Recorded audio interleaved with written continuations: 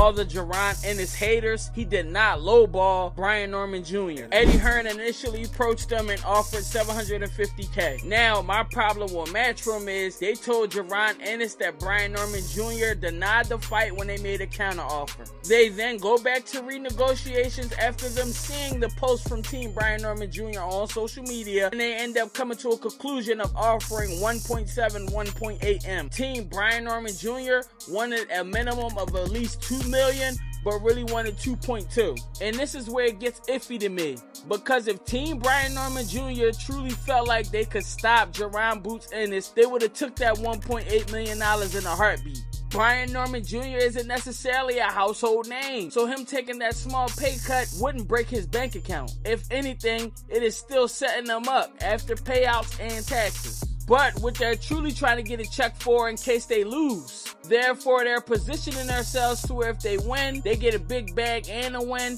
If they lose, they get a big bag. But they know with JARON Boots Ennis fighting in the city of Philadelphia, they would be under heavy scrutiny, and the odds wouldn't be in their favor. They'll only have each other. But let's be honest, Team Brian Norman Jr., if you really knew you could stop JARON Ennis, you probably would have took the first deal without a problem. Simply because he's a great name to have on your resume, especially right now with him being the leader in fame when it comes to the 147 division. Now, shout out to Team Brian Norman Jr. for being business savvy, but this is still a dub. They rather play it safe and go build their resume of other people where they can most likely get the win, but they take significantly less money. But is this a duck or not? I want y'all to call in and let me know how y'all feel, and y'all be featured in every video. Because if you know like I know, you would agree that this is a duck. I don't necessarily believe they're pricing themselves out. I believe that they believe the 1.7 is not enough to take the risk to face JARON Boots Ennis. And I mean, putting it off will get them more money later, but then it would also get Boots more money later. Because outside of Mario Barrios, Brian Norman and JARON Ennis is the fight we want to see.